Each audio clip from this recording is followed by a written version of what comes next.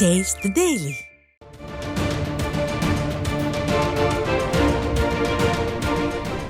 அண்மை செய்தியை பார்த்துக் கொண்டிருக்கிறோம். சென்னை ராயபுரம் தொகுதி வெங்கடாபதி தெரு காவலர் குடியிருப்பு பகுதிகளில் உள்ள தெருக்களில் மழைநீர் தேங்கி உள்ளதால் காவலர்கள் அவதியடைந்து வருகின்றனர். இது குறித்த விவரங்களை செய்தியாளர் வினோத் வழங்க கேட்கலாம். வணக்கம் வினோத், விவரங்களை பதிவு செய்யலாம்.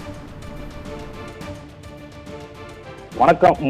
வங்கக்கடலில் ஏற்பட்டுள்ள ஆழ்ந்த காற்றழுத்த தாழ்வு மண்டலத்தால் நேற்று இரவு முதலே தமிழகத்தில் பல்வேறு இடங்களில் பரவலாக மழை பெய்து வருகிறது.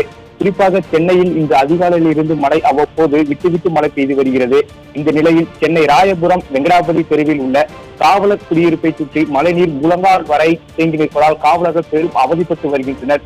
குறிப்பாக மழை காலங்களில் காவலர் குடியிருப்பை சுற்றி முழங்கால் அளவுக்கு தண்ணி தேங்கி நிற்பது தொடர்கதையாகவே இருக்கிறது. அதுவும் குறிப்பாக ஸ்டாலின் ஆட்சி பொறுப்பேற்றதில் இருந்து காவலர் குடியிருப்புகளை சுற்றி முழங்கால் அளவுக்கு தண்ணி இருப்பதாக காவலர்கள் தெரிவிக்கின்றனர்.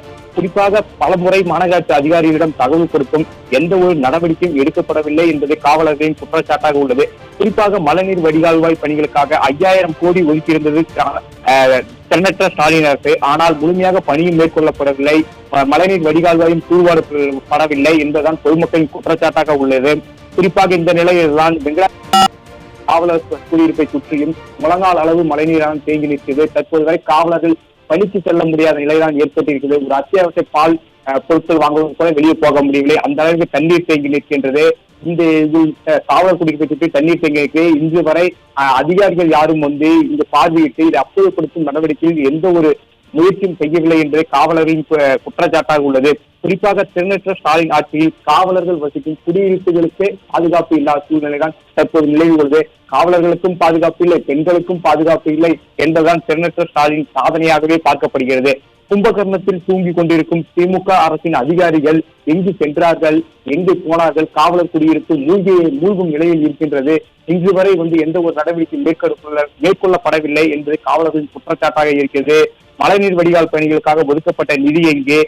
பொதுமக்கள் அனைவரும் தென்னற்ற ஸ்டாலின் ஆட்சியின் மீது கடும் கோபத்தில் இருக்கின்றார்கள். தற்போது காவலர் குடியிருப்பை சுற்றி மழைநீர் சூழ்ந்திருப்பதால் காவலர்களின் வாழ்க்கை பாதிப்படைந்ததாக தெரிவிக்கின்றனர். குறிப்பாக பணிகளுக்கு செல்ல முடியவில்லை, எங்களால் அத்தியாவசிய பொருட்கள் பால் பாக்கெட் கூட வாங்க போக முடியவில்லை என்று பல்வேறு குற்றச்சாட்டுகளை வைக்கின்றனர். குறிப்பாக ஸ்டாலின் அரசு வடிகால் பணிகளை முடித்துவிட்டோம் என்று மாற்றிக் கொண்டிருந்த நிலையில் தற்போது வடிகால் பணி என்பது முழுமையாக மேற்கொள்ளப்படவில்லை என்பதுதான் அப்பகுதி மக்களின் குற்றச்சாட்டாகவும் காவலர்களின் குற்றச்சாட்டாகவும் உள்ளது. விவரங்களுக்கு நன்றி வினோத்.